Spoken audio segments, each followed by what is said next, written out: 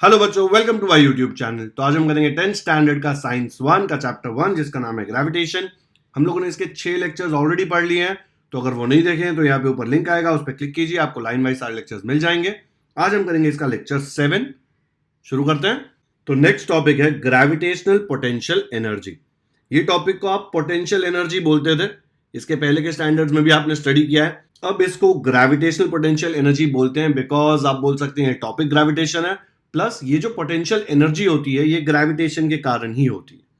ठीक है, तो हम स्टडी करेंगे gravitational potential energy. 9th standard में पोटेंशियल एनर्जी स्टडी किया था, तब याद है क्या फॉर्मूला क्या था? कोई भी बॉडी का, हम लोग कोई भी ऑब्जेक्ट का ग्रेविटेशनल पोटेंशियल एनर्जी निकालते थे, वहां पे तो सिर्फ पोटेंशियल एनर्जी निकालते थे, तो उसका फॉर्मूला क्या होता था? mgh। ठीक है, चलो देखेंगे बाद में, पहले पढ़ते हैं। We have studied potential energy in the last standard. The energy stored in an object because of its position or state is called potential energy। Position, potential, मैंने 9th में भी आपको ये सिखाया था। जो एनर्जी पोजीशन से है उसको बोलते हैं पोटेंशियल एनर्जी। ठीक है, this energy is relative and increases as we go to greater heights from the surface of the earth. इसका फॉर्मूला मैंने भी आपको बताया था, mgh। ये h क्या है? Height from the surface of the earth. Clearly समझ में आ रहा है कि ये जो m इंटू जी इंटू एच है, इसमें अगर h बढ़ा तो ये पूरा प्रोडक्ट बढ़ेगा ही ना। जैसे जैसे आप हाइट बढ़ाते जाओगे ये पूरा प्रोडक्ट की वैल्यू बढ़ती जाएगी। सपोज ये अर्थ का सरफेस है और यहां पे ये टेनिस बॉल पड़ी है। ठीक है, इसकी हाइट क्या है सरफेस से? हाइट है 0। तो फॉर्मूला क्या आएगा? फॉर्मूला आएगा पोटेंशियल एनर्जी का, अभी आप उसको जीपीई बोलो, gravitational potential energy. Short form मत लिखना, फुल फॉर्म में लिखना, ग्रेविटेशनल पोटेंशियल एनर्जी। mgh होगा। ठीक है, अभी के लिए p लिख रहा हूं। mgh में हाइट कितनी है? हाइट है 0। mg इंटू 0 क्या हो जाएगा? 0। मतलब ये जगह पर इसकी एनर्जी कितनी है? इसकी पोटेंशियल एनर्जी है 0। ठीक है, अब ये बॉल को थोड़ा ऊपर उठा के ले जाते हैं। ओके, इसको ऐसे थोड़ा ऊपर ले जाते हैं। मैं ऊपर ले जाऊंगा इसको तो थोड़ी ताकत लगेगी ना, ऐसे ही तो नहीं होगा। ऐसे नीचे से ऊपर लेके जाने में इसको ताकत लगेगी। आप जब बॉल फेंकते हैं, पूरा दिन फेंकते रहेंगे तो हाथ दुखेगा ना। तो लेट्स से मैं यहाँ पे नेक्स्ट स्टेज में यहाँ पे बताता हूँ कि बॉल इधर पहुंच गया, थोड़ा उसको ऊपर आप खींच के लेके गए तो क्या होगा? तो यहाँ पे मैंने क्या किया, बॉल को यहाँ से, ठीक है, ये पहले इधर था, इसको थोड़ा ऊपर ले गया यहाँ तक। तो जैसे ही ऊपर लेके गया, हाइट उसकी क्या हो गई? हाइट हो गई 1 मीटर रखी है मैंने यहाँ पे। तो फॉर्मूला है mgh। m मैंने मास इसका 1 kg ले लिया। ठीक है, अज्यूम कर लो टेनिस बॉल 1 किलो का। 1 किलो का टेनिस बॉल होगा तो बुमराह भी फास्ट बॉल नहीं डाल पाएगा, बट अज्यूम कर लो फुटबॉल है, ऐसा सोच लो। जी अपना 9.8 है, हाइट है अपना 1। ठीक है, दो तीनों को मल्टीप्लाई कर दो, 1 इंटू 9.8 इंटू 1, 9.8 आ जाएगा, क्योंकि 1 इंटू 1 तो 1 होता है, और एनर्जी का यूनिट होता है जूल्स। अब यहां पे उसकी एनर्जी थी 0 जूल्स। ठीक है, 1 मीटर ऊपर लेके गया तो हाइट क्या हो गया? Energy 9.8 joules. अब इसको थोड़ा और ऊपर लेके जाते हैं, जितना ऊपर लेके जाएंगे उतना ताकत लगेगी ना आपको। ये वाले केस में मैंने क्या किया, उसको बहुत ऊपर लेके गया 10 मीटर। तो mgh फॉर्मूले में m और g तो सेम रहेगा, करेक्ट। हाइट क्या हो गई? 10 मीटर्स। तीनों को मल्टीप्लाई करो, 1 इंटू 10 तो 10 हो जाएगा, 9.8 को 10 से करोगे तो वो बन जाएगा 98 जूल्स। जैसे जैसे हाइट बढ़ रही है, देखो यहाँ पे 0 थी हाइट, यहाँ पे 1 मीटर है, यहाँ पे 10 मीटर है। एनर्जी क्या हो रहा है? पहले एनर्जी 0 जूल्स थी, फिर एनर्जी हो गई 9.8 जूल्स, फिर हो गई 98 जूल्स। ऐसे आप हाइट बढ़ाते जाओगे तो इसकी एनर्जी बढ़ती जाएगी।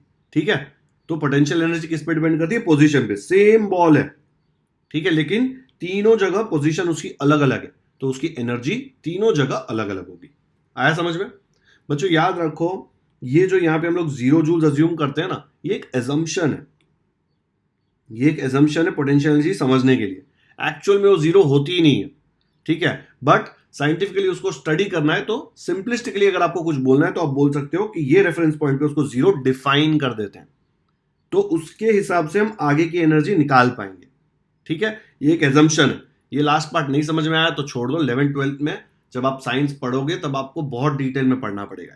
बट अभी समझ लो कि एक एजम्पशन है कि ग्राउंड लेवल पे, अर्थ के सरफेस पे एनर्जी 0 जूल्स है, क्योंकि हाइट कितनी है? हाइट है 0। ओके, चलो देखते हैं और क्या दिया आगे। This energy is relative. देखा ना हमने, रिलेटिव तीनों पोजीशन में। अलग था ना रिलेशन, हाइट का अलग अलग था. And increases as we go to greater heights from the surface of the earth. ये हमने देख लिया टेनिस बॉल को ऊपर ले जाके. वी हैड अज्यूम्ड, ये वर्ड दिख रहा है, assumed that the potential energy of an object of mass m at height h from the ground is mgh and on the ground it is 0. ये एक assumption है, ठीक है. आगे और assumptions आने वाले हैं. जब 0 दिया था तब आपने assumptions क्वेश्चन किए थे क्या? ऑब्वियसली किए होंगे, लेकिन वो 0 यूज करके आपने mgh का फॉर्मूला यूज करके काफी क्वेश्चन सॉल्व किए थे, ठीक है. तो ग्राउंड पे भी एनर्जी 0 है, वो एक assumption है. When h is small compared to the radius r of the earth, we can assume g to be constant. ये हमने g की वैल्यू में वेरिएशन हमने पहले देख लिया था एक बार कि सरफेस पे g की वैल्यू क्या थी और जैसे जैसे ऊपर जाओगे g की वैल्यू कितनी चेंज होती है. एक टेबल था ना, एक बार देख लेना वो टेबल. चलो देख लेते हैं. यहां देख लो, सरफेस ऑफ अर्थ पे टेक्स्ट बुक में g क्या दिया है? 9.8. ठीक है, इसमें एरर है थोड़े वैल्यूज के, बट 10 स्टैंडर्ड के लेवल पे ठीक है यार. माउंट एवरेस्ट पे आप 8.8 किलोमीटर ऊपर चले गए, ठीक है. ये अर्थ सरफेस है, माउंट एवरेस्ट पहाड़ ऐसा है. ये जो पीक है ना माउंट एवरेस्ट, ये 8.8 किलोमीटर ऊपर है, 8,800 मीटर्स. वहां पे जी 9.8 ही दिया है इन्होंने. Maximum height reached by man made balloon. Balloon का मैंने आपको फोटो भी दिखाया था. कौन सा बलून? आप जो हाथ में हीलियम का बलून लेके घूमते हैं, सिग्नल पे मिलता है, वो वाला बलून नहीं है ये वाला बलून. इसकी जो मैक्सिमम हाइट है वो कितनी है? 36 किलोमीटर कुछ है ना, 36.6 किलोमीटर है. उतना ऊपर जाने के बाद आप सोचो, 36 किलोमीटर ऊपर जा रहे हो आसमान में, उतना ऊपर जाने के बाद भी जी कितना है? 9.77. एरोप्लेन में जब उड़ते हो ना, तो एरोप्लेन में तो जी कम होता ही नहीं, जो नॉर्मल फ्लाइट्स होती है, सेम होता है, 9.8 ही होता है. Height of a typical weather satellite, जो आपको वेदर बताती है, आज क्या टेम्परेचर है, कहां पे साइक्लोन आने वाला है, सब कुछ जो सैटेलाइट्स बताती है, वो 400 किलोमीटर ऊपर घूमती है अर्थ के. वहां पे जी देखो कम हो गया, 8.7. बहुत ऊपर जा रहे हैं आप अर्थ से. और अगर आप कम्युनिकेशन सैटेलाइट पकड़े, जो इंटरनेट मोबाइल सबके लिए यूज होती है, वो तो इतनी ऊपर है, 35,700, ऑलमोस्ट 36,000 किलोमीटर ऊपर. अर्थ के 36,000 किलोमीटर ऊपर, वहां पे जी देखो बहुत कम हो गया, 0.225. तो जैसे जैसे आप ऊपर जाते हो जी में चेंज आता है, लेकिन थोड़ा ऊपर जाते हो तो उसमें जी में कोई चेंज नहीं आता. देखो यहाँ पे थोड़ा ऊपर जा रहे थे तो जी तो 9.8 ही था. तो जब आप mgh कैलकुलेट कर रहे थे टेनिस बॉल में, तो टेनिस बॉल में 1 मीटर ऊपर गए तो कोई फर्क नहीं पड़ा, हमने mgh ही लिया. h के अंदर हमने जो 1 मीटर है वो डाला, g को 9.8 ही लिया. ऐसा नहीं कि अरे 1 मीटर ऊपर चला गया जी का वैल्यू चेंज हो जाएगा, 2 मीटर गए तो जी का वैल्यू चेंज हो जाएगा. 8 किलोमीटर तक जी का वैल्यू चेंज ही नहीं हो रहा है भाई. ओके, तो जी का वैल्यू ऊपर जाते हैं तो चेंज होता है, कम होता है, लेकिन अर्थ से थोड़ा नजदीक होगा 10-15 किलोमीटर, तब तक कोई फर्क नहीं पड़ता. तो जी की वैल्यू हम सेम लेते हैं. आया समझ में? ये टेबल में वही दिखाया गया था. तो यहां पे लिखा है when h is small compared to the radius r of the earth we can assume g to be constant. अभी मैंने आपको बोला ना, एवरेस्ट तक भी जाओ तो भी g को हम कांस्टेंट ले सकते हैं, बिकॉज बच्चों जो अर्थ की रेडियस है वो है 6.4 इंटू 10⁶ मीटर्स. इतनी बड़ी रेडियस है, ठीक है. आया समझ में? इतनी बड़ी रेडियस के सामने 8 किलोमीटर या 8,000 मीटर क्या है यार? इसके सामने 8,000 मीटर कुछ भी नहीं है. तो 8,000 मीटर की वैल्यू तक सेम है तो अपने को फर्क नहीं पड़ता. तो रेडियस आर जो है वो इतनी बड़ी है कि आप अर्थ से थोड़ा ऊपर जाओ तो फर्क नहीं पड़ता. उसमें हम रेडियस इंक्लूड नहीं करते, हम mgh फॉर्मूला यूज करते हैं क्योंकि g चेंज नहीं होता. But for large values of h the value of g decreases. अभी हमने देखा कि कम्युनिकेशन सैटेलाइट इतनी ऊपर है, बलून जो जा रहा है वहां पहुंचते पहुंचते जी डिक्रीज हो जाता है with increase in H. For an object at infinite distance, इतना दूर के आप डिस्टेंस मेजर भी नहीं कर सकते, इन्फिनिटी फ्रॉम द अर्थ. अर्थ इधर है, माउंट एवरेस्ट इतना सा है, बलून यहां पे उड़ रहा है, कम्युनिकेशन सैटेलाइट यहां पे घूम रही है, इससे भी बहुत ऊपर इन्फिनिटी डिस्टेंस, जो डिस्टेंस आप मेजर नहीं कर सकते. The value of G is 0.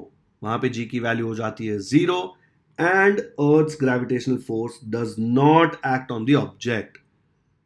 अर्थ का जो ग्रेविटेशनल फोर्स थक जाता है, इतना ऊपर तक उसको खींच ही नहीं पाता. ठीक है, आप लोग का भी ऐसे ही है ना, मम्मी घर पे आपको कंट्रोल कर लेती है, लेकिन आप स्कूल जाते हो तो स्कूल थोड़ी दूर है आपके घर से, वहां पे मम्मी का कंट्रोल नहीं चलता. थोड़ा तो चलता ही है क्योंकि डर तो लगता है, बट कंट्रोल कम होते जाता है.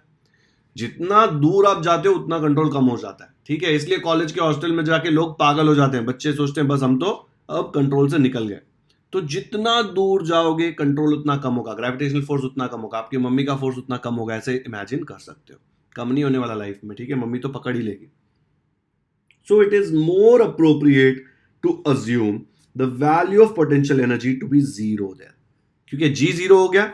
mgh का फॉर्मूला अगर आप इमेजिन करो तो जी जीरो आएगा उसमें।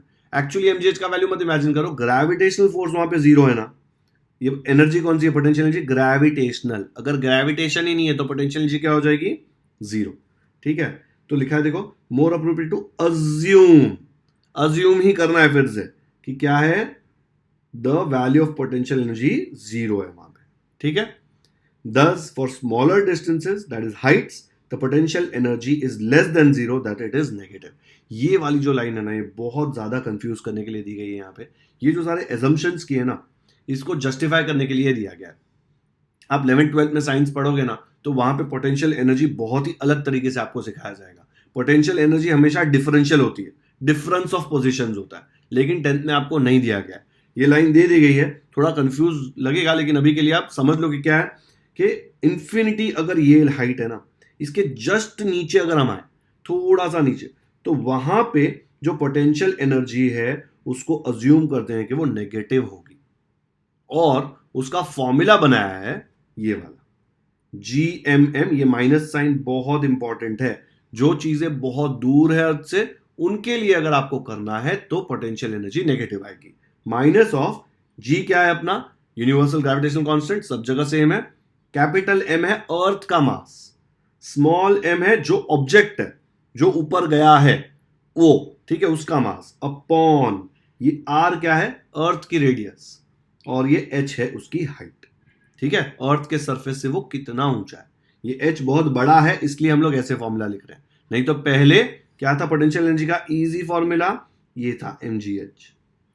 लेकिन अब नया फॉर्मूला क्या आ गया, देखो ये वाला, ठीक है, ये याद करना पड़ेगा आपको फॉर्मूला, ठीक है। एस्केप वेलोसिटी, वर्ड में ही मीनिंग है एस्केप करने वाली वेलोसिटी। हम क्या स्टडी कर रहे हैं, पूरे चैप्टर में हम स्टडी कर रहे हैं gravitation, gravitational force of earth. तो ये एस्केप वेलोसिटी क्या है, ऐसी वेलोसिटी जो ग्रेविटेशन ऑफ अर्थ को एस्केप कर जाए, ठीक है, ग्रेविटी के कंट्रोल से निकल जाए, ऐसी स्पीड में भागेंगे कि ग्रेविटी पकड़ ही नहीं पाएगी एक पॉइंट के बाद अपने को। आप पकड़ा पकड़ी खेलोगे या ठीक है कहीं पे भी आपको पकड़ना है तो आप बहुत स्पीड भागोगे, तो ऐसा हो सकता है ना कि पीछे वाला आपको पकड़ ही नहीं पाए। तो वैसी वाली वेलोसिटी है। इसको कैलकुलेट करने के लिए हम Newton's laws of motion use करेंगे। We have seen that when a ball is thrown upwards its velocity decreases. कहां पे देखा था ये, मैंने एक सॉल्ड एग्जांपल कराया था आपको, बताता हूं फिर से। ये किया था ना हमने कि बॉल को जब ऊपर फेंका तो स्टार्ट में वो बहुत अच्छी वेलोसिटी से जाता है, लेकिन धीरे धीरे ग्रेविटेशन उसको नीचे खींचता है, तो वो उसकी स्पीड कम होती है, कम होती है, कम होती है, यहां पहुंचते पहुंचते उसकी स्पीड हो जाती है जीरो। ओके, ये वही है, जब भी ऊपर आप कुछ फेंको, वो कितना ऊपर जाएगा वो कौन डिसाइड करेगा, कि आपने क्या स्पीड से उसको फेंका, ठीक है। हो सकता है आपका फ्रेंड है, उसका हाथ बहुत स्ट्रांग है और बहुत प्रैक्टिस करता है, आपने फेंका बॉल यहां तक गया और वापस आ गया, आपके दूसरे फ्रेंड ने फेंका यहां तक गया, आपका जो स्ट्रांग फ्रेंड है उसने फेंका तो बॉल यहां तक गई और वापस आई। ऐसे ही होता है ना, जितनी ज्यादा ताकत से फेंकोगे उतना ज्यादा ऊपर जाएगा। धोनी जब सिक्स मारता है कितना ऊपर जाता है ना, तो क्योंकि वो बहुत जोर से मारते हैं, तो जितना ज्यादा स्पीड से बॉल गया उतना ज्यादा ऊपर जाएगा। ये कॉन्सेप्ट तो एकदम दिमाग में क्लियर है, ठीक है। एंड ये जो वेलोसिटी है ये हमेशा डिक्रीज होते जाती है जैसे जैसे आप ऊपर जाते हो। क्यों, because gravitation of the earth, ball ऊपर आपने जोर से मारा लेकिन ग्रेविटी उसको नीचे खींच रही है। The velocity becomes zero after reaching a certain height. ये सर्टेन हाइट डिपेंड करता है कि आपने कितनी जोर से फेंका। And after that the ball starts falling down. कोई भी एक छोटी सी चीज आप हवा में उछाल के देखो, अभी किसी को लगनी नहीं चाहिए, पंखे में नहीं जानी चाहिए, वो नीचे ही आएगी। बट स्टार्ट में वो ऊपर जाना शुरू करेगी, एकदम फास्ट से जाएगी, धीरे धीरे धीरे उसकी स्पीड स्लो जाएगी, ऊपर जाके रुक जाएगी। मैंने बोला था ऊपर जाके सेल्फी नहीं खींचेगी, मोमेंटरी रुकेगी और नीचे आना शुरू कर देगी। It will start falling down. Its maximum height depends on its initial velocity, कितनी जोर से उसको फेंका। According to Newton third equation of motion, क्या था third equation? V square equal to U square plus 2as। हमको पता है जब आप बॉल फेंकते हो उसकी हाईएस्ट पॉइंट पे जहां पे वो रुक जाता है उसकी वेलोसिटी क्या होती है? उसकी वेलोसिटी हो जाती है 0। तो ये फाइनल वेलोसिटी बोल सकता हूं ना वहां पहुंच के। इतना ही स्टडी करो, नीचे से लेके ऊपर तक गया, अभी वो नीचे आने वाला है, वो हम रुक ही नहीं रहे। हमने उसको बोला भाई रुक जाओ उधर स्टैचू, तो वहां पे रुक गया।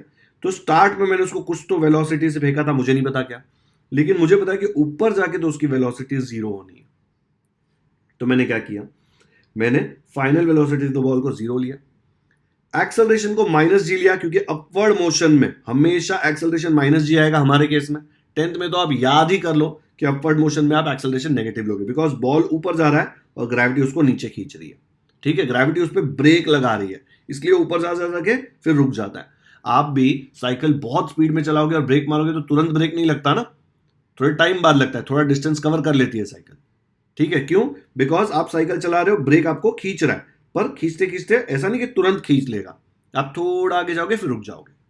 तो यहां पे भी जो एक्सेलरेशन होता है वो नेगेटिव होता है। इसके लिए एक वर्ड होता है डिसेलरेशन, जो हमने 9th में यूज किया था। नई वर्ड समझ में आता तो छोड़ दो। एक्सेलरेट मतलब आगे आगे जाना, डिसेलरेट मतलब रोकना, नेगेटिव, ब्रेक मारना। ठीक है, तो एक्सेलरेशन माइनस है, तो ये वाले फॉर्मूले में v के जगह पे डाल दिया 0, u हमको पता नहीं तो u लिख दिया 2, a के जगह पे -g, s जो मैक्सिमम हाइट है वो। तो इसको सॉल्व करो तो क्या मिलेगा आपको? आपको मिलेगा u स्क्वायर माइनस, देखो यहां पे प्लस इंटू माइनस, -2gs, और ये इक्वल टू 0 है ना, इक्वल टू 0 इधर लिख दो इस साइड पे, इक्वल टू 0। ठीक है, तो अगर मैं -2gs को वहां भेज दूं तो क्या होगा? u square equal to 2gs। मुझे क्या पता करना है कि ये कौन सी हाइट पे हाईएस्ट जाएगा। ओके, तो अगर वो हाईएस्ट हाइट फाइंड करनी है मतलब s, तो ये 2g को यहां से भगा दो, 2g यहां पे मल्टीप्लाई हो रहा है, वहां जाके डिवाइड होगा, तो मुझे मिलेगा u square upon 2g equal to s। आया समझ में? यहां पे ये माइनस नहीं आना चाहिए। ठीक है, s equal to U square upon 2g आता है, ये माइनस नहीं आएगा। अगर आप एक्सेलरेशन नेगेटिव लेते हैं तो s equal to U square upon 2g। देखो ना यहाँ पे प्लस इंटू माइनस, माइनस हो जाएगा, फिर उसको उस तरफ फेंकोगे तो प्लस हो जाता है ना, हमने यहाँ पे करके देखा है। ठीक है, अब ये फॉर्मूले में देख लो, ऊपर u है नीचे g है, g तो कांस्टेंट है, g तो चेंज होने नहीं वाला। हम अर्थ के सरफेस की बात कर रहे हैं। ठीक है, ऊपर जाके बहुत जाके चेंज होगा, लेकिन जैसे जैसे मैं u बढ़ाऊंगा तो ये चीज बढ़ जाएगी, न्यूमरेटर बड़ा होता जाएगा, डिनोमिनेटर सेम है। अगर न्यूमरेटर बढ़ता जा रहा है, डिनोमिनेटर सेम है, तो ये जो है इसकी वैल्यू बढ़ती जाएगी। जैसे जैसे न्यूमरेटर बढ़ेगा, ये तो सेम है, इसको आप सेम चीज से डिवाइड कर रहे हो। अगर ऊपर बड़ा नंबर है तो डिवाइड करके बड़ा नंबर आएगा, ऊपर और बड़ा नंबर है तो उसको डिवाइड करके और बड़ा नंबर आएगा। तो जैसे जैसे न्यूमरेटर बढ़ेगा आपका, ये s की वैल्यू बढ़ती जाएगी, because s is equal to this upon this. ठीक है, thus higher the initial velocity u, the larger is the height reached by the ball। Numerator denominator का ऐसे ही होता है, कोई भी नंबर, ठीक है, कोई भी number is equal to numerator upon denominator. अगर डिनोमिनेटर को बढ़ाओगे तो नंबर छोटा होते जाएगा, अगर न्यूमरेटर को बढ़ाओगे तो नंबर जो इधर आने वाला वो बड़ा होते जाएगा। ठीक है, ये उसका लॉजिक होता है। तो यहां पे अगर न्यूमरेटर बढ़ते जाता है तो ये नंबर जो है s, ये बढ़ता जाएगा। The reason for this is that the higher the initial velocity, the ball will oppose the gravity of the earth more। वो और ज्यादा फोर्स लगाएगा ग्रेविटी के अगेंस्ट एंड और ज्यादा ऊपर जाएगा। Larger will be the height to which it can reach। अब बॉल कैच खेलते वक्त ऊपर फेंकने को ट्राई करो, जितना ज्यादा आप ऊपर फेंकने की कोशिश करोगे उतना ही ज्यादा पावर लगेगा, उतना ही ज्यादा आपका हाथ दर्द होगा, है ना? We have seen above that the value of g keeps decreasing as we go higher above the surface। मैंने अभी बताया माउंट एवरेस्ट, बलून, जितना ऊपर जाओगे g की वैल्यू डिक्रीज होगी। Thus the force pulling the ball downward decreases as the ball goes up। जितना ज्यादा आप ऊपर खींचोगे, ठीक है, आपने बॉल फेंका, जो फोर्स बॉल पे यहां लग रहा था, यहां पहुंच के थोड़ा और कम लगेगा, जीरो नहीं होगा, यहां पहुंच के और थोड़ा कम लगेगा, और ऊपर जाएगा तो और थोड़ा कम लगेगा, कम होते जाएगा लेकिन जीरो नहीं होगा, वो कंटिन्यूअसली बॉल को खींचता रहेगा। लेकिन एक पर्टिकुलर हाइट पे पहुंचने के बाद ये जी जो पुल है नीचे खींचने वाला, वो कम होते जा रहा है, होते जा रहा है, होते जा रहा है, कहीं पे तो जाके वो थकेगा और पुल करना बंद करेगा, बोलेगा यार जा, तेरे को जाना है तो मैं तेरे को नहीं खींच रहा अभी। ऐसे एक पॉइंट पे आएगा ना, वो बहुत जल्दी नहीं आएगा, लेकिन एक पॉइंट तो ऐसा आएगा ही। यार एरोप्लेन भी ऊपर उड़ता है तो उसको भी ग्रेविटी नीचे खींच लेती है, ठीक है, पर उसके भी ऊपर जाके आपने क्या स्पीड से नीचे फेंका है उस पर डिपेंड करता है। तो एक पॉइंट पे जाके बोलेगा बस यार मैं नहीं खींच रहा तुझे। वो पॉइंट जो है ना, वो पॉइंट बहुत इंपॉर्टेंट है। वो पॉइंट के बारे में हम स्टडी करेंगे अभी। If we keep increasing the initial velocity of the ball, it will reach larger and larger heights and above a particular value of initial velocity. एक velocity के ऊपर आपने उसको फेंका, the ball is able to overcome the downward pull by the earth. आपके फेंकने से नहीं होने वाला है, ठीक है। ये इन्होंने बॉल के बारे में बात की है। बड़े ही स्ट्रॉन्गेस्ट आदमी धोनी फेंक देगा बॉल तो भी उतना ऊपर नहीं जाएगा कि अर्थ से निकल के स्पेस में चला जाएगा, नीचे ही नहीं आएगा। हाँ ठीक है, ऊपर झाड़ में अटक गया तो ठीक है, वो थोड़ी ना एस्केप कर, अर्थ के ऊपर ही है। बट ये तो बोल रहा है बॉल ऐसी स्पीड से फेंकेंगे कि वो स्पेस में चली जाए सीधी, बॉल नहीं जाएगी। पर अगर रॉकेट की बात करो, अगर मैं रॉकेट के नीचे यहाँ पे इंजन में उसको फ्यूल इग्नाइट करके ऊपर भेजता हूं तो उसको वो वेलोसिटी से भेज सकता हूं कि वो अर्थ एस्केप कर ले। बॉल तो नहीं फेंक सकते, इतनी ताकत किसी में नहीं है। बट इन्होंने बॉल लिखा है तो हम बॉल ही देखेंगे। The ball is able to overcome the downward pull by the earth and can escape the earth forever. Forever, कभी नीचे आएगा ही नहीं। क्यों? क्योंकि वो इतना ऊपर चला गया कि उसने ग्रेविटी एस्केप कर ली। And will not fall back on the earth. This velocity, जो वेलोसिटी से फेंका और ये इतनी दूर चला गया, उसको बोलते हैं एस्केप वेलोसिटी, क्योंकि वो एस्केप कर गया अर्थ को। We can determine its value by using the law of conservation of energy. Law of conservation of energy पहले भी देखा हुआ है, law of conservation of momentum भी आपको पता है। एक पॉइंट पे एनर्जी निकालते हैं, लेट्स से इसको बोला E1, और दूसरे पॉइंट पे वही चीज गई, उस पे एनर्जी निकालते हैं E2। एनर्जी के लॉ के हिसाब से, कंजर्वेशन के हिसाब से, ये जो दोनों एनर्जीज है E1 और E2 दोनों इक्वल है, ठीक है। वर्क एंड एनर्जी में हमने किया था। ये प्रिंसिपल यूज करके हम लोग कैलकुलेट करेंगे भागने की velocity, escape velocity.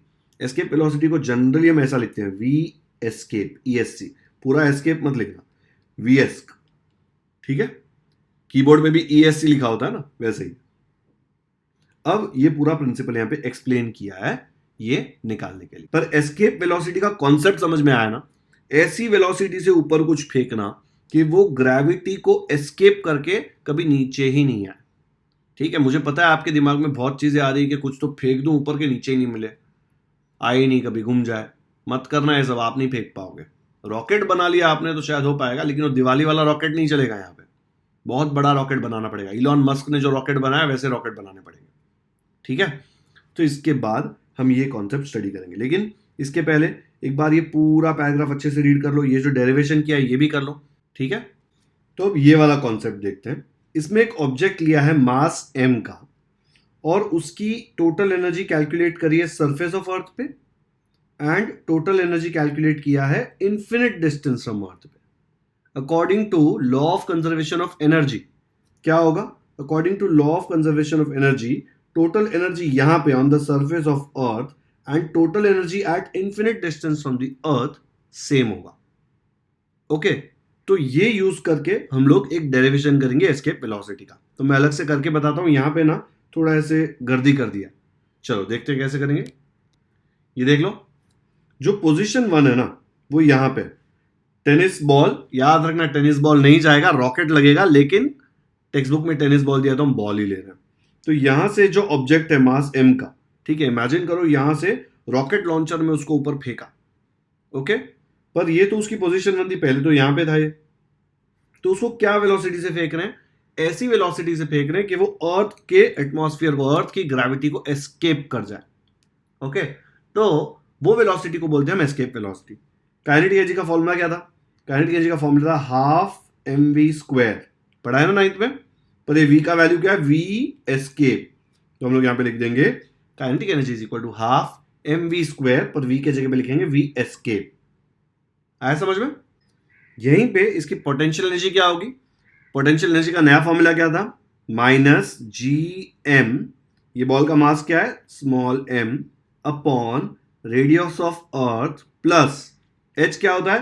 Height of this object from, यहां से सरफेस से उसका हाइट क्या है? सरफेस से उसका हाइट क्या है?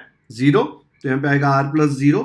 आर प्लस जीरो क्या होता है, ये हो जाएगा minus G M M, R plus zero होता है आर, तो इसकी पोटेंशियल एनर्जी क्या आ जाएगी नए फॉर्मूले से, minus G M M upon R. ये फॉर्मूला जो है वो आप कहीं पे भी यूज कर सकते हो। शायद मैंने पहले बोला था कि ये ज्यादा हाइट के लिए यूज कर सकते हो, नहीं ये कहीं पे भी यूज कर सकते हो, ठीक है। तो ये आ गया आपको। टोटल एनर्जी क्या होगी, के ई प्लस पीई, ये दोनों वैल्यूज को ऐड करेंगे, देखो इसको तो इधर लिख दिया, जब इसको लिखोगे यहां पे तो प्लस और ये माइनस क्या हो जाएगा, माइनस, तो बीच में माइनस आ जाएगा, तो नेक्स्ट स्टेप में मुझे मिलेगा equal to half M V escape square, ये के ई प्लस ये वाला पार्ट, पर इसमें माइनस है तो यहां पे माइनस आ जाएगा और मुझे मिल जाएगा G M M upon R. ये हो गई अपनी पोजीशन 1 पे टोटल एनर्जी। अब ये बॉल इंफिनिटी डिस्टेंस पे, ठीक है, मेरे पेज पे तो मैं इंफिनिटी दिखा नहीं सकता, आप भी कहीं पे नहीं बता सकते, खाली इमेजिन करो या अज्यूम करो कि ये जगह जो ये इंफिनिटी है पोजीशन 2, तो पोजीशन 2 पे कैसे कैलकुलेट करेंगे, पोजीशन 2 क्या है, इंफिनिटी। अब इंफिनिटी पे जाके तो ये बॉल रुक जाएगा ना, बहुत दूर गया और वहां जाके रुक रहा है, हमको उसको इतनी जोर से फेंकना है, ठीक है, रॉकेट है, उसको इतनी जोर से छोड़ना है कि वो अर्थ की ग्रेविटी एस्केप कर जाए, फिर वो ऊपर जाएगा, इंफिनिटी पे जाके वो रुक जाएगा, जैसे ही रुकेगा उसकी वेलोसिटी हो जाएगी जीरो। काइनेटिक एनर्जी जो है वो मोशन पे डिपेंड करती है, तो वहां पे जाके उसकी वेलोसिटी अगर जीरो हो गई तो हाफ एम वी स्क्वायर में वी अगर जीरो है तो ये पूरा कितना भी बड़ा हो जीरो ही हो जाएगा, क्योंकि जीरो से मल्टीप्लाई हो रहा है, तो मैं लिख दूंगा भाई के ही जीरो होगी। पोटेंशियल एनर्जी क्या होगी, हमने ऑलरेडी टेक्स्ट बुक में पढ़ लिया कि इंफिनिटी पे पोटेंशियल एनर्जी जीरो होगी, चाहिए तो फॉर्मूले में डाल के देख लेते हैं। नया फॉर्मूला क्या सीखा था, minus G M M upon R plus H, ये एच इंफिनिटी, ठीक है, अभी आर को इंफिनिटी से ऐड करोगे तो इंफिनिटी आएगा, तो मैं बोल सकता हूं equal to minus G M M upon infinity. किसी भी चीज को इंफिनिटी से डिवाइड कर दो तो आंसर क्या आता है, जीरो ना।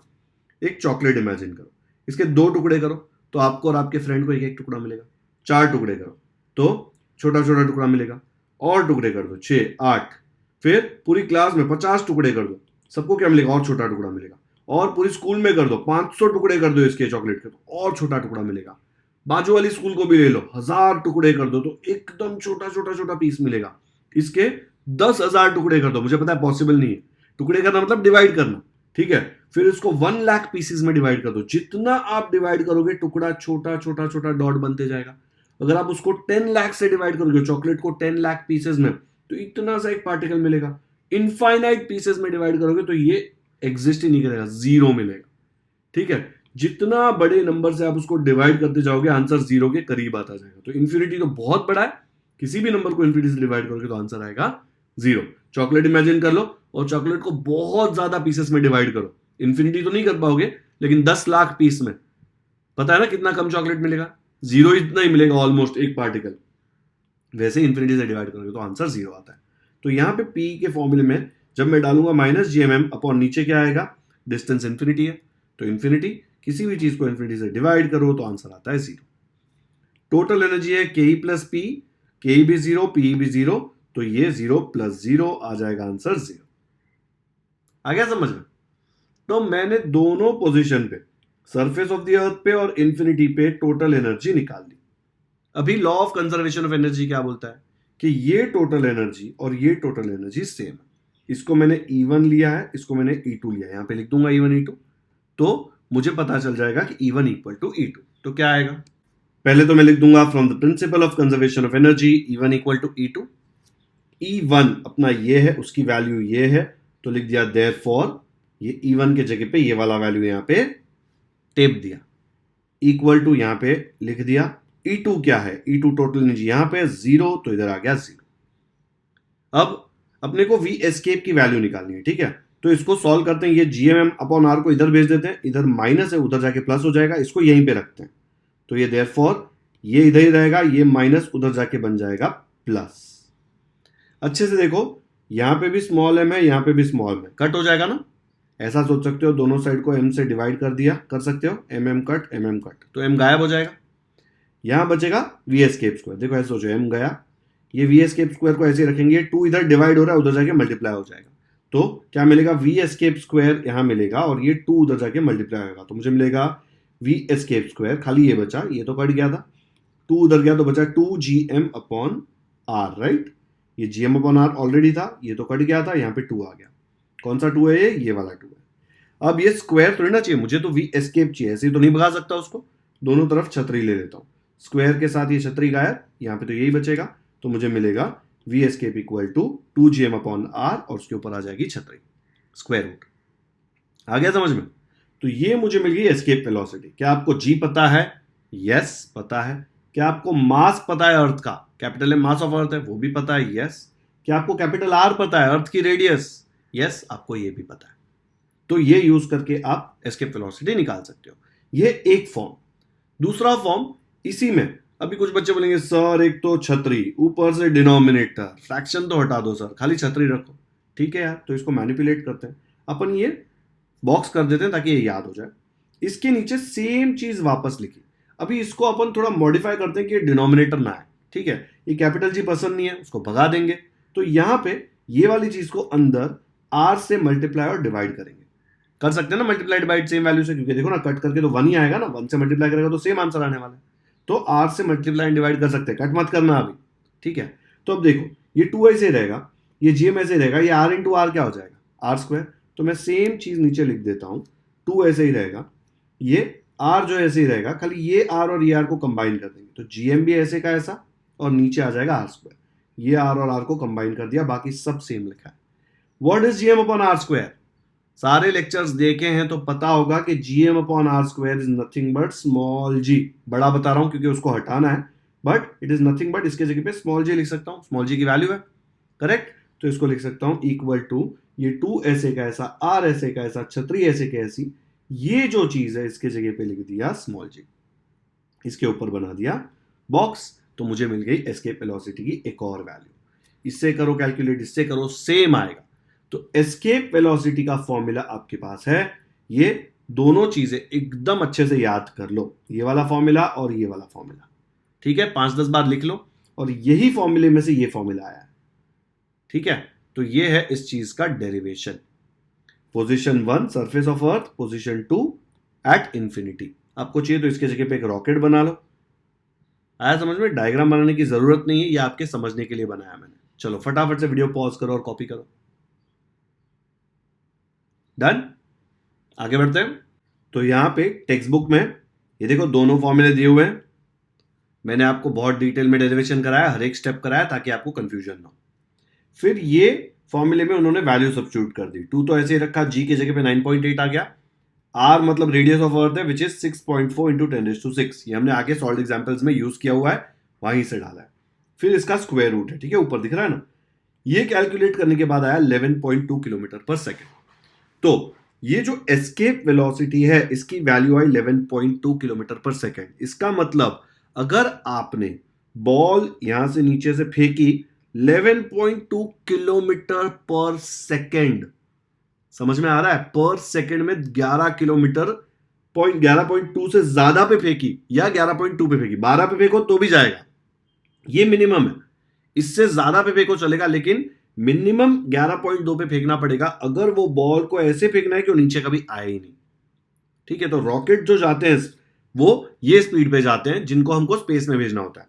The space craft which are sent to the moon और the planets have to have their initial velocity larger than the escape velocity, मतलब 11.2 से ज्यादा होना चाहिए, 11.2 से थोड़ा ऊपर, so that they can overcome Earth's gravitational attraction and can travel to these objects, moon या अदर प्लैनेट तक पहुंच सके, अदर ऑब्जेक्ट्स वो है।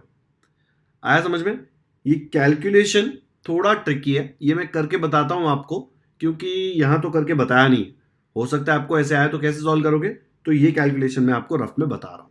तो यहां पे मैंने सेम चीज लिख ली, 2gr का स्क्वायर रूट, जी की वैल्यू सब्स्टिट्यूट कर दी 9.8, रेडियस ऑफ अर्थ है 6.4 इंटू 10⁶ मीटर्स। ओके, मीटर्स में लेना है, किलोमीटर्स में नहीं, बिकॉज जी की वैल्यू भी मीटर्स पर सेकेंड स्क्वायर में। ओके, तो अब इसको कैसे करेंगे? हम लोग पहले 9.8 और 6.4 को मल्टीप्लाई कर देते हैं। चलो कर देते हैं। तो मैं इसको लिख रहा हूं 9864, ये ऐसे 9.8 6.4 ऐसे ही, ठीक है। मल्टीप्लाई किया, पहले 4 से इनको मल्टीप्लाई किया तो आया ये, फिर मैंने 6 से इसको मल्टीप्लाई किया तो मुझे ये मिला, ऐड कर दूंगा तो मुझे आएगा 6272 अब ये 9.8 और 6.4 है, डेसिमल के बाद एक 2 डिजिट, यहां पे भी डेसिमल के बाद 2 डिजिट होना चाहिए, इसलिए पॉइंट यहां पे आएगा। ये दोनों को मल्टीप्लाई कर लिया, आ गया 62.72। अब इसको 2 से मल्टीप्लाई करेंगे, 62.72 इंटू 2, इसको 2 से मल्टीप्लाई करोगे तो इजीली आपको आंसर आ जाएगा 125.44।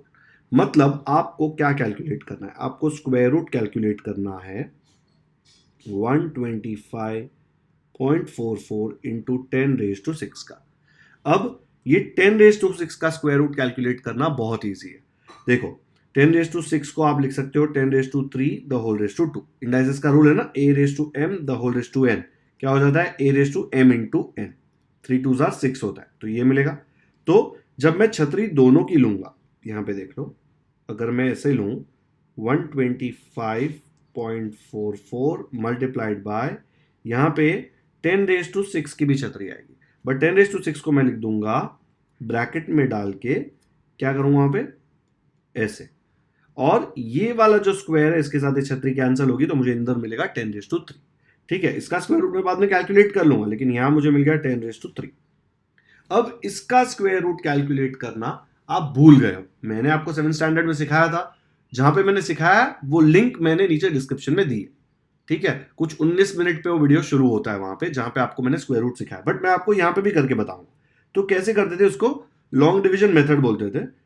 तो मुझे 125.44 का स्क्वायर रूट चाहिए, तो मैंने उसको ऐसे लिख दिया, एक ऐसे लाइन मारी ताकि यहां पे कुछ नंबर्स लिखूं, यहां पे भी कुछ नंबर्स लिख सकूं। अब इसमें सबसे पहला स्टेप है 2 2 की जोड़ी बनाओ। शुरू कहां से करने का, यूनिट सबसे लेफ्ट राइट वाली प्लेस से। तो यहां पे 2 की जोड़ी बना दी, फिर यहां पे ये 2 की जोड़ी बना दी, फिर एक ही बचा तो बेचारा एक ही रहेगा। ठीक है, अब जब भी आप सॉल्व करो सबसे पहले यहां से शुरू करने का, 1 चाहिए आपको। ये नॉर्मल डिवीजन नहीं है, लॉन्ग डिवीजन। आपको यहां पे ऐसे नंबर लिखने हैं, जो यहां पे लिखा सेम नंबर यहां पे लिखना पड़ेगा। अगर यहां पे 8 लिखा तो इधर भी 8 लिखना पड़ेगा। ठीक है, तो सबसे पहले मुझे अगर 1 चाहिए तो मैं लिख सकता हूं 1 1 1 लिख सकता हूं, है ना। तो ये माइनस हुआ, 1 - 1 हो गया 0। ठीक है, ये 25 आ गया नीचे, जोड़ी में नीचे आएगा 25 ही नीचे आएगा, 2 नीचे नहीं आएगा। 2 और 5 दोनों साथ में है, तो दोनों साथ में नीचे आएंगे। इसको थोड़ा मूव कर देते हैं।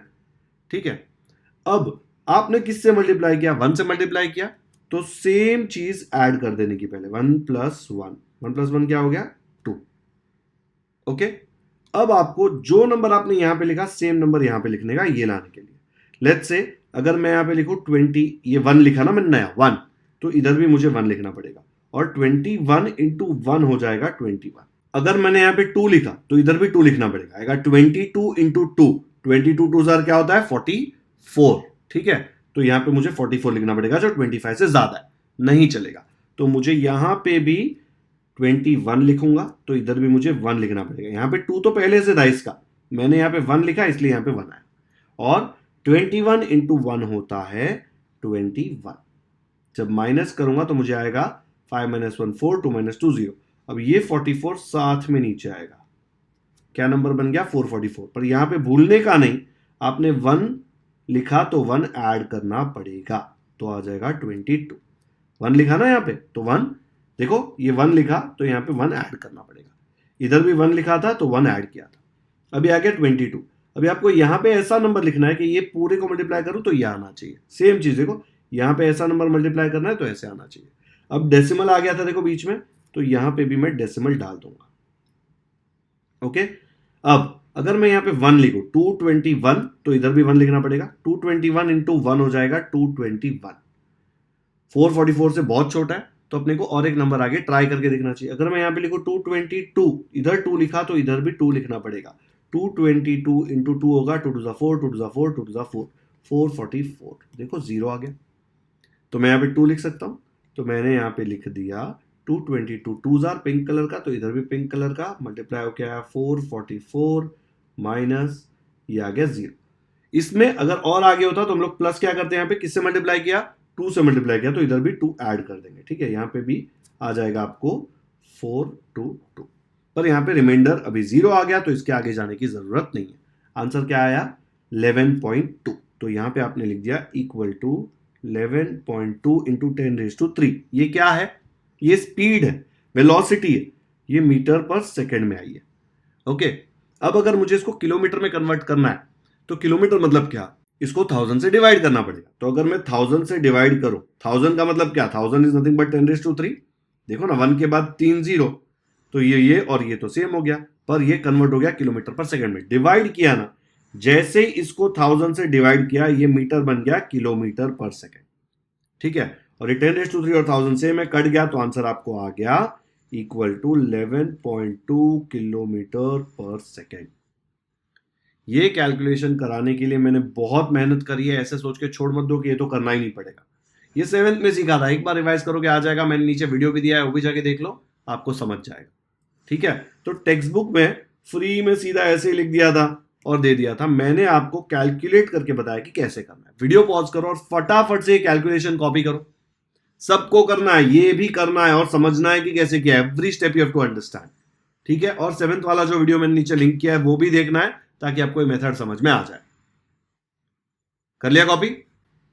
अब यहां पे सॉल्व एग्जांपल में दिया है, calculate the escape velocity on the surface of the moon given the mass and radius of the moon to B.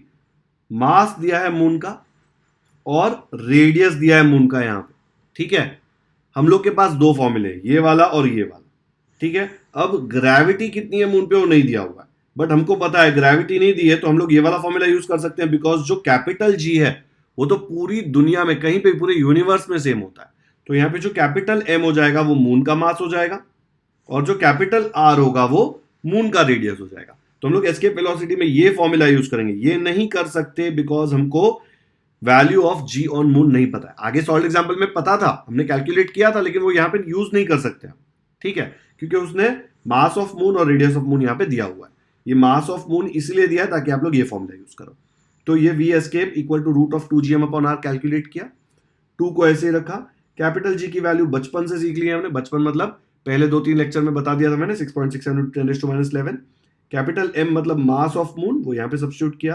Capital R मतलब रेडियस ऑफ मून, जो हमको यहाँ पे दिया हुआ है वो हमने यहाँ सब्स्टिट्यूट किया, इसका स्क्वायर रूट।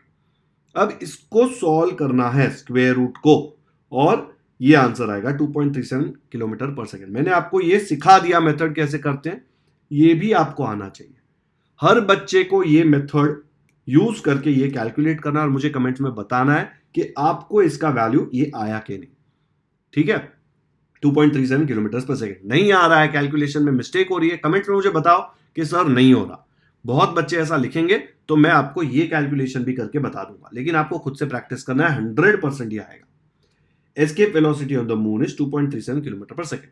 दिख रहा है, अर्थ से अगर किसी चीज को फेंकना है और उसको एस्केप कर जाना है तो 11 किलोमीटर पर सेकेंड से फेंकना पड़ता है, 11.2। लेकिन मून पे से फेंकना है और वो मून के ग्रेविटी से एस्केप कर जाए, उसके लिए सिर्फ इतना चाहिए, 2.37 किलोमीटर पर सेकेंड। क्यों?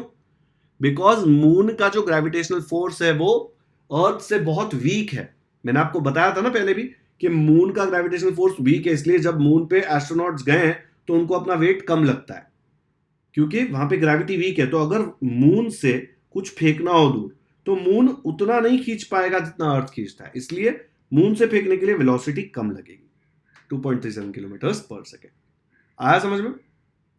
पक्का? तो ये सॉल्व एग्जांपल भी यहां पे होता है खत्म। नेक्स्ट यहां पे डू यू नो में बहुत बड़ा पैराग्राफ दिया है, एक बार देख लेते हैं। Weightlessness in space. वेटलेसनेस मतलब आप इतना हल्का फील करते हैं कि आपको लगता है आपका वेट ही नहीं है। ठीक है, तो ये क्या होता है स्पेस में वो देखते हैं। Space travellers as well as objects in the spacecraft appear to be floating. Why does this happen? आपने मूवीज देखी होगी, ग्रेविटी या इंटरस्टेलर, उसमें आपने देखा होगा कि स्पेसक्राफ्ट जो होता है उसके अंदर वैसे स्क्रू ड्राइवर भी एक किसी को देते हैं तो हवा में उड़ उड़ के जाता है। कोई नट उड़ रहा है या फिर वो मुंह से बबल्स फुला रहे हैं, वो बबल्स हवा में ही रह जाते हैं।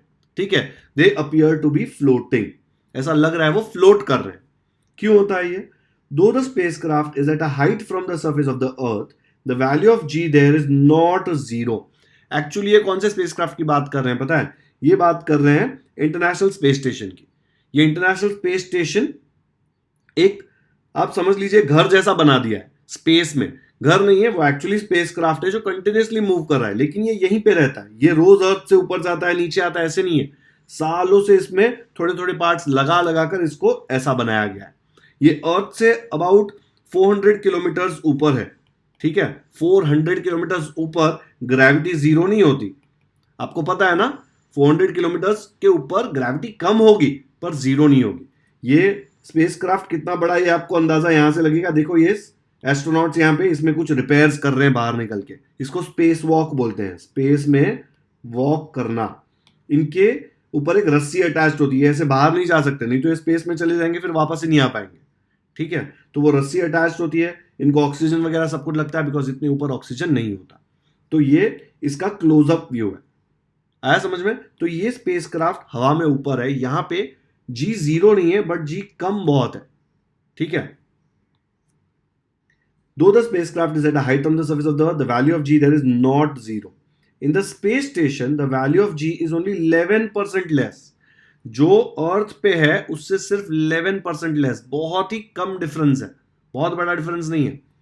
Less than its value on the surface of the Earth. Thus, the height of the spacecraft is not the reason for their weightlessness. Height के कारण वेटलेसनेस नहीं हो रही, क्यों हो रही है? Their weightlessness is caused by their being in the state of free fall. ये स्पेसक्राफ्ट अर्थ से इतना ऊपर है कि वहां पे ग्रेविटी छोड़ के और कोई फोर्स उस पर एक्ट नहीं कर रहा। एंड जब भी सिर्फ ग्रेविटी अलोन इज एक्टिंग, वो कैसा होता है? वो हमेशा फ्री फॉल में होता है, ठीक है। दो the spacecraft is not falling on the earth because of its velocity. ये सैटेलाइट और स्पेसक्राफ्ट मैंने बताया था ना, बहुत हाई स्पीड में घूमते हैं अर्थ के अराउंड, तो इन पे भले ग्रेविटी ऐसे फोर्स लगाए लेकिन इनका मोमेंटम इनको इस डायरेक्शन में लेके जाता है, तो नेट ये घूमते रहते हैं, ठीक है। ये फोर्स और ये फोर्स एक दूसरे को थोड़ा कैंसिल करते हैं और ये इस डायरेक्शन में जाता है। हर जगह ऐसे होता है, अर्थ के अराउंड सपोज ये अर्थ है और यहां पे स्पेसक्राफ्ट है, स्पेसक्राफ्ट का मोमेंटम ये डायरेक्शन में होगा, ग्रेविटी उसको इधर खींचेगी, इसलिए ये इस डायरेक्शन में घूमने लगता है, हाई वेलोसिटी पे घूमता है इसीलिए। Though the spacecraft is not falling from the Earth because of its high velocity along the orbit, the only force acting on it is the gravitational force of the Earth, and therefore it is in free fall. As the velocity of free fall does not depend on the property of the object. ये हमने free fall में देखा था कि आपने metal ball फेंका कि feather फेंका वैक्यूम में, सेम टाइम पे नीचे गिरता है। The velocity of free fall is the same for the spacecraft, the travelers and the objects in the craft. सबकी वेलोसिटी सेम है। वो स्पेसक्राफ्ट जो मैंने आपको दिखाया उसके अंदर कोई एस्ट्रोनॉट है या उसके अंदर कोई ऑब्जेक्ट है। इसका एक एग्जांपल देता हूं बच्चों, अगर आप गाड़ी में हो, ठीक है, आप गाड़ी में बैठे हो और गाड़ी में आपने बॉल ऊपर उछाला और नीचे फेंका। जब गाड़ी तो स्पीड में जा रही है आगे, ठीक है, ऐसा अज्यूम कर लो 100 किलोमीटर पर आवर पे जा रही है। ट्रेन पकड़ लो, ट्रेन में आप 100 किलोमीटर पर आवर पे जा रहे हो, आपने ट्रेन में बॉल फेंका ऊपर तो वो नीचे आके गिरता है ना। देखो, आपने जब बॉल ऊपर फेंका तो ट्रेन तो आगे गई, अगर ट्रेन आगे निकल गई तो बॉल पीछे गिरना चाहिए था, नहीं गिरा बॉल पीछे, क्यों? बिकॉज बॉल भी ट्रेन के अंदर है, बॉल भी ट्रेन की स्पीड पे ट्रैवल कर रहा है, इसलिए जब आप आगे गए ट्रेन के साथ तो बॉल भी आगे गया और आपके हाथ में आके गिरता है। बट अगर आप वो बॉल खिड़की के बाहर फेंकते हो, ठीक है, ये ट्रेन है और आपने खिड़की के बाहर बॉल फेंक दिया, तो बॉल ट्रेन के साथ आगे नहीं आएगा क्योंकि वो ट्रेन से बाहर निकल गया तो वो पीछे चला जाएगा, ठीक है। तो अगर आप ये खिड़की से दूसरे खिड़की, लेट्स से ट्रेन में 2 खिड़की होती है ना, आपका दोस्त यहां बैठा है, आप यहां पे बैठे हैं, आपने ये खिड़की से बॉल फेंकी ये खिड़की की तरफ बाहर से, तो वो बॉल उसके पास पहुंचेगी क्या? नहीं पहुंचेगी। आप उसको सामने सामने ट्रेन के अंदर कैच फेंकोगे तो चला जाएगा, लेकिन यहां से फेंकोगे तो ये बॉल यहां तक पहुंचेगी नहीं, पीछे चली जाएगी। क्यों? बिकॉज जैसे ही आपने खिड़की से बॉल बाहर फेंका वो ट्रेन पे नहीं है, और ट्रेन तो बहुत स्पीड थी, ट्रेन 100 की स्पीड से आगे जा रही थी, लेकिन बॉल उतनी स्पीड में नहीं है बिकॉज वो ट्रेन के बाहर आ गया तो वो पीछे गिर जाता है। कितने लोग चलती ट्रेन से कूदते वक्त गिर जाते हैं, ठीक है। वो या तो आपने देखा होगा लोकल ट्रेन में बॉम्बे की, वो कूदते हैं तो वो ट्रेन के डायरेक्शन में भाग भाग के कूदते हैं। अगर कोई आदमी डायरेक्टली ऐसे कूदता है और भागता नहीं है तो गिर जाता है। क्यों? बिकॉज जब वो ट्रेन से कूद रहा था तो उसकी स्पीड ट्रेन जितनी थी, जैसे ही वो नीचे गिरा उसकी स्पीड ट्रेन जितनी नहीं थी तो वो ऐसे गिर जाता है। इसलिए जब वो ट्रेन की स्पीड से भागने की कोशिश करते हैं तब वो नहीं गिरते, सेम स्पीड पे आते हैं इसलिए, ठीक है। बेस्ट एग्जांपल ट्रेन में बॉल फेंकने वाला, आपने एक खिड़की से सामने वाले खिड़की पे अंदर ही अंदर बॉल फेंका तो वो कैच कर लेगा, बाहर से फेंका तो बॉल नीचे गिर जाएगा और इस तरफ चला जाएगा। ओके, तो स्पेसक्राफ्ट के अंदर सारे ऑब्जेक्ट्स, ट्रैवलर्स, सबकी velocity same. Thus, if a traveler releases an object from her hand, जैसे ही उसने रिलीज किया, it will remain stationary with respect to her, क्योंकि स्पेस क्राफ्ट में सारे ऑब्जेक्ट्स वही वेलोसिटी पे। तो अगर एक बंदे ने स्पेस क्राफ्ट के अंदर दूसरे बंदे को बॉल फेंका या छोड़ा, तो बॉल हवा में ही रह जाएगा। क्यों? बिकॉज वो सारे एक ही वेलोसिटी से घूम रहे हैं और वेटलेसनेस एक्सपीरियंस कर रहे हैं, इसीलिए वो ऑब्जेक्ट स्टेशनरी लगेगा एंड ऐसा लगेगा कि उसमें वेट ही नहीं है, जबकि उसमें वेट है। आया समझ में? तो यहां पे अपना ये पेज भी होता है खत्म और ये पूरा चैप्टर खत्म, क्योंकि इसके बाद तो एक्सरसाइजेस है। तो हम लोगों को 7 लेक्चर्स लगे, लेकिन हमने ग्रेविटेशन बहुत ही डिटेल में पढ़ा है। हर एक सॉल्व एग्जाम्पल, हर एक वर्ड टेक्स्ट बुक में जो है मैंने आपको एक्सप्लेन किया है। आपको एक्सरसाइजेस के सोल्यूशन चाहिए क्या? अगर चाहिए तो मुझे कमेंट्स में बताओ, हम लोग उसके सोल्यूशन भी डालेंगे। लेकिन ग्रेविटेशन का चैप्टर हमने यहाँ पे कर दिया है खत्म। अगर वीडियो पसंद आया तो लाइक जरूर करें, लिंक अपने दोस्तों के साथ व्हाट्सएप पर शेयर करें ताकि ये वीडियो उन तक भी पहुंचे। ये वीडियोस बनाने में मुझे बहुत मेहनत लगती है, ज्यादा से ज्यादा लोग देखेंगे तो चैनल को सपोर्ट मिलेगा, मुझे और ज्यादा मोटिवेशन आएगा आप लोगों के लिए एक्स्ट्रा वीडियोस बनाने में। ठीक है? तो कुछ भी करो लेकिन वीडियोस शेयर जरूर करना, और लाइक करोगे तो भी मुझे अच्छा लगेगा। कमेंट्स में मुझे बता सकते हो कि आपको ये वीडियो कैसा लगा। नीचे सब्सक्राइब का बटन है, अगर आप पहली बार आए हो तो वो बटन पे क्लिक कर दो। बाजू में बेल आइकन आएगा, उस पर भी क्लिक कर दो ताकि जब भी मैं कोई नया वीडियो अपलोड करूं आपको नोटिफिकेशन आए और आप कोई भी वीडियो मिस ना करें। Thank you so much for watching this video.